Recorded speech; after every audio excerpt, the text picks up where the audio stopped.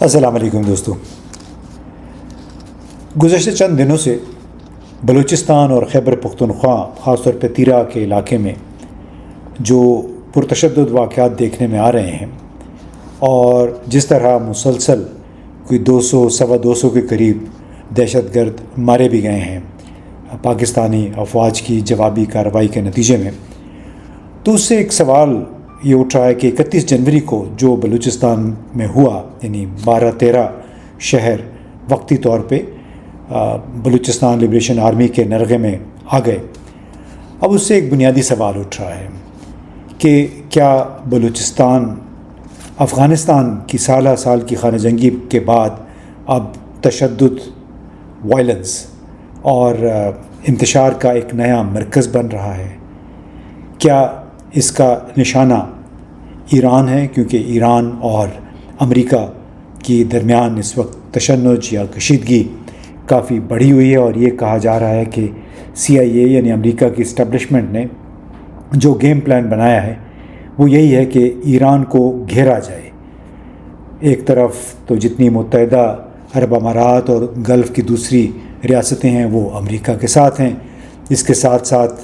اگر بلوچستان کا علاقہ بھی کسی طریقے سے سیکیور کر کے ایران کو وہاں سے نشانہ بنایا جائے۔ ایران کا جو سیستان بلوچستان صوبہ ہے وہ سنی ہے، اس کی زیادہ تر آبادی، اور کیا وہاں پہ ایک شورش برپا کر کے اس کی کمک بلوچستان یعنی پاکستانی بلوچستان سے قائم کر کے اور ایران پہ دباؤ ڈالا جا سکتا ہے؟ یہ ایک بڑا سوال ہے۔ اور کیا اس تمام تر کھیل کا اگر آپ یہ نقشہ دیکھیں تو اوپر مشرق میں چین ہے، اس کے نیچے پھر بھارت ہے، بھارت کے بعد پاکستان ہے، پاکستان کے بعد افغانستان کے ساتھ ایران، اور ساتھ میں پھر دیکھیں تو وسطی ایشیائی ریاستیں ہیں جو افغانستان کے ساتھ جڑی ہوئی ہیں، لینڈ لاک جس کو کہتے ہیں۔ اور کیا حتمی نشانہ چین ہے؟ یعنی چین کو اس علاقے میں جتنی رسائی حاصل ہوئی ہے بیلٹ اینڈ روڈ انیشیٹو کے تحت، اس رسائی کو محدود کرنا ہے۔ اب اس کا اندازہ اس سے لگا لیں کہ 2015 میں ہمارے CPEC کے حوالے سے معاہدے ہوئے تھے چین کے ساتھ۔ اس وقت کہا گیا تھا کہ چائنا پاکستان اکنامک کوریڈور کے ماتھے کا جھومر گوادر ہے، یہاں پہ جو بندرگاہ ہے اس میں مزید اضافہ ہوگا، انڈسٹریل زون بنے گا، فری انڈسٹریل زون۔ لیکن آج تک 1-2-3 میرا خیال اضافی کرینیں لگائی گئی تھیں گوادر کی بندرگاہ پہ۔ گزشتہ 1 سال کے دوران کوئی 4-5 بحری جہاز آئے وہاں پہ کھاد لے کے، اور اس کے علاوہ جو فری انڈسٹریل زون ہے اس سے بالکل جڑا ہوا، وہاں پہ گدھے کے گوشت کی پروسیسنگ کی ایک فیکٹری اس وقت کام کر رہی ہے، جبکہ business centre free industrial zone کا جو ہے، اور جو پورٹ اور فری انڈسٹریل زون کے لیے ہے، وہاں بھی وہ کہتے ہیں، اردو محاورہ ہے کہ الو بول رہے ہیں۔ تو کیا متحدہ عرب امارات اور اس کے جو پڑوسی ممالک ہیں وہ ایک بڑے کھیل کا حصہ بن گئے ہیں، ایک ایسے کھیل کا جس کا مقصد بلوچستان افغانستان کے بعد اب بلوچستان میں امن و امان کی صورتحال کو سبوتاج کرنا ہے، اور ساتھ ہی ساتھ ایران کے لیے مسلسل ایک خطرے کی گھنٹی بجاتے رہنا ہے کہ پاکستانی بلوچستان اور ایرانی سیستان بلوچستان کے لوگوں کو آپس میں ملا کے ایک شورش برپا کی جائے ایران کی حکومت کے خلاف۔ اب آپ یہ بھی دیکھ لیں کہ متحدہ عرب امارات نے اپنا جو $2 ارب کا قرضہ دیا ہوا تھا، جو کہ IMF کی ایک شرط تھی، وہ قرضہ اس نے اب واپس مانگ لیا ہے۔ میرا خیال ایکسپریس ٹریبیون نے یہ رپورٹ کی ہے، اور آپ کو معلوم ہی ہوگا کہ یہ قرضہ بھی کوئی 6.5% شرح سود پہ پاکستان کو حاصل ہوتا ہے، اور 1 مہینے کی مہلت ابھی متحدہ عرب امارات نے دی ہے وہ پیسے واپس کرنے کے لیے۔ اور جب متحدہ عرب امارات نے 2 سال پہلے یہ قرضہ دیا تھا اور 1 سال کے لیے، اس وقت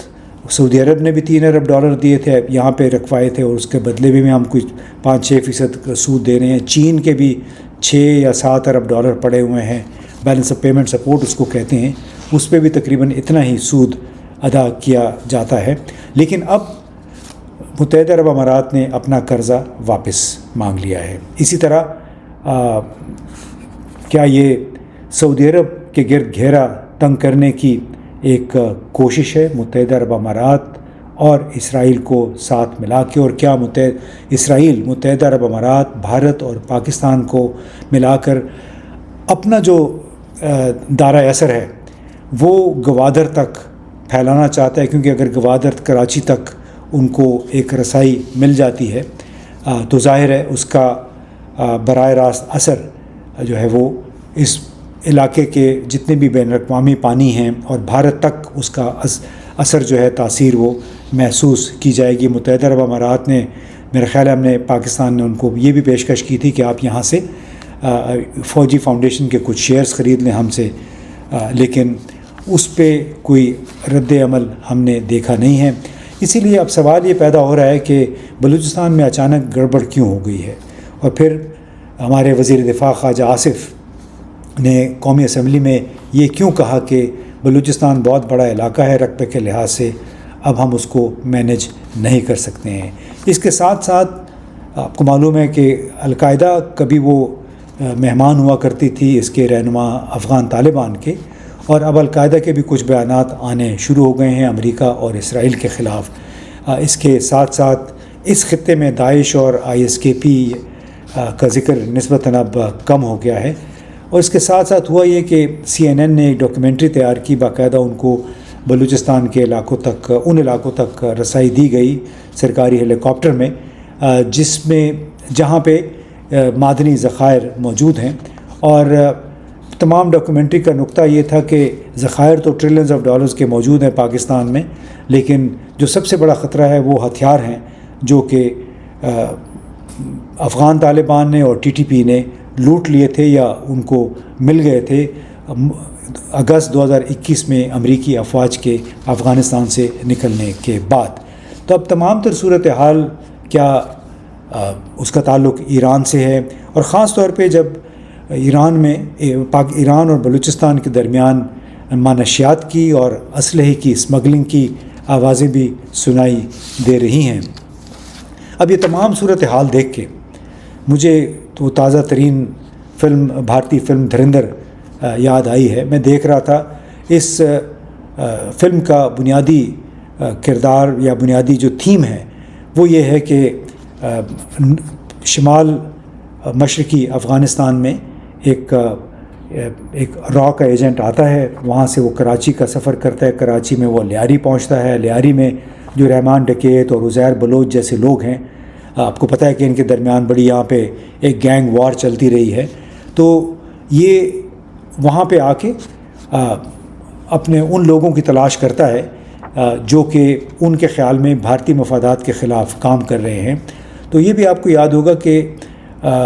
19 دسمبر 1999 میں جو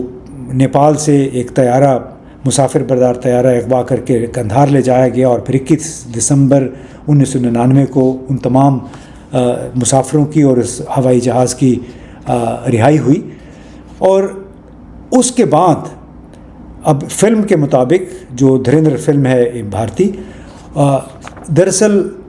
اس وقت جو کچھ ہو رہا ہے افغانستان، پاکستان، بلوچستان میں، یہ کہا جا رہا ہے کہ دراصل یہ قندھار ہائی جیکنگ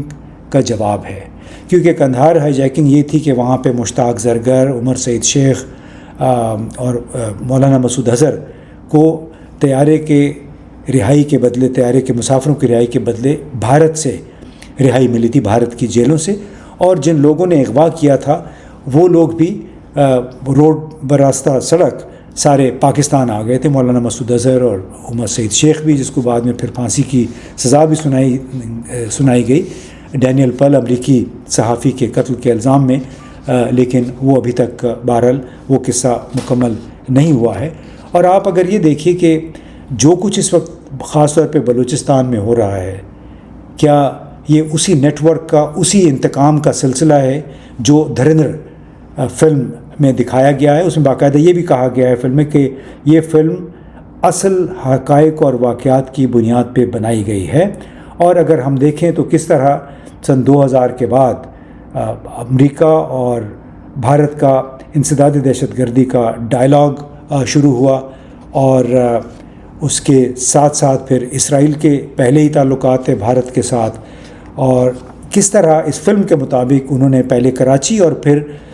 بلوچستان میں آ کے کوئی نیٹ ورک بنایا. بلوچستان سے تو آپ کو معلوم ہے کہ کلبھوشن جادھو کو گرفتار کیا گیا تھا، جس کا چابہار یعنی ایرانی پورٹ پہ دفتر بھی تھا. وہاں سے وہ آپریٹ کر رہا تھا، پھر بلوچستان آیا جہاں سے وہ گرفتار ہوا. لیکن جو فلم کے مطابق جو را کا ایجنٹ ہے وہ آتا ہے کراچی، ہیلمند سے وہ کراچی آتا ہے، کراچی سے پھر بلوچستان جاتا ہے، اور جتنے بھی Lyari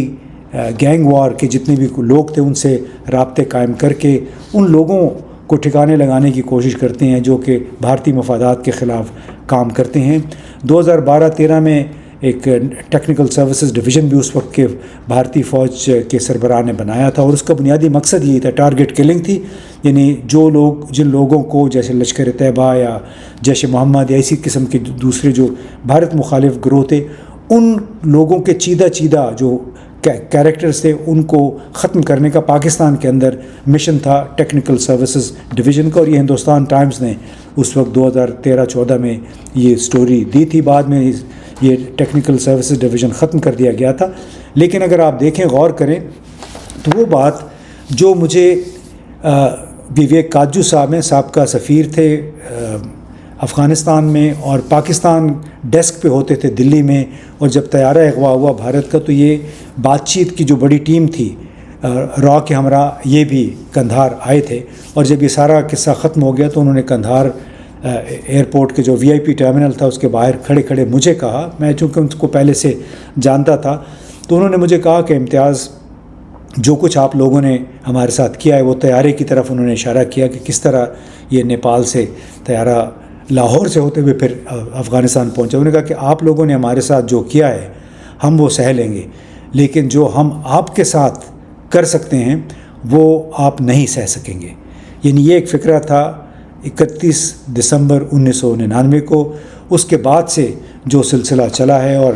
Ajit Doval national security advisor اور ان کے دوسرے جو ساتھی تھے را کے، انہوں نے پھر بظاہر ایک ایسا منصوبہ بنایا، اور جس کا اگر آپ یہ دھریندر فلم دیکھیں تو اس کی باقاعدہ ایک جھلک اس میں نظر آتی ہے کہ جو تجاویز اجیت دوول، پاتھا ساتھی، وویک کاجو پبلک فورم پہ پیش کرتے رہے ہیں کہ پاکستان سے کیسے نمٹنا ہے، تو یہ فلم اس کی ایک جھلک ہے پاکستان کو سبق سکھانے کا. قندھار ہائی جیکنگ کے بعد جو ایک سلسلہ شروع ہوا تھا وہ آج بھی جاری ہے، اور آج بھارت، متحدہ عرب امارات اور کچھ عمان جیسے ممالک ہیں شاید، ان سب کو ملا کے اب پاکستان کے گرد، بلوچستان کے گرد گھیرا تنگ کر کے ساتھ ہی ساتھ ایران کو بھی سبق سکھانے کا جو ایک پروجیکٹ چل رہا ہے امریکہ کی طرف سے، اس کو بھی پایہ تکمیل تک پہنچانے کی کوشش کی جا رہی ہے. تو اس کانٹیکس میں نے سوچا جب دھریندر فلم دیکھی کہ کیوں نہ آپ کے ساتھ شیئر کریں کچھ خیالات کہ کس طرح اس وقت بے یقینی کے، مزید وائلنس کے گہرے بادل پاکستان پر منڈلا رہے ہیں، اور 31 جنوری کو بلوچستان کے جو واقعات ہوئے اس کو آپ ایران اور جو بھارت کا جو منصوبہ ہے پاکستان کو سبق سکھانے کا، اس سے آئسولیٹ کر کے آپ نہیں دیکھ سکتے ہیں. اور اب اللہ کرے کہ ہمارے لوگوں کو بھی یہ جلد سمجھ آئے اور اس کی پیش بندی کے لیے اس مکالمے کا آغاز کریں صدق کے دل کے ساتھ، جس کی ضرورت ہے ان لوگوں کو اپنے طرف لانے کے لیے، اپنی طرف مائل کرنے کے لیے جو کہ محرومیوں کا، مایوسیوں کا، بے روزگاری کا شکار ہیں، اور جن کو بلوچ لبریشن آرمی اور بلوچ لبریشن فرنٹ جیسی تنظیموں میں اپنے مستقبل کی کوئی امید نظر آتی ہے.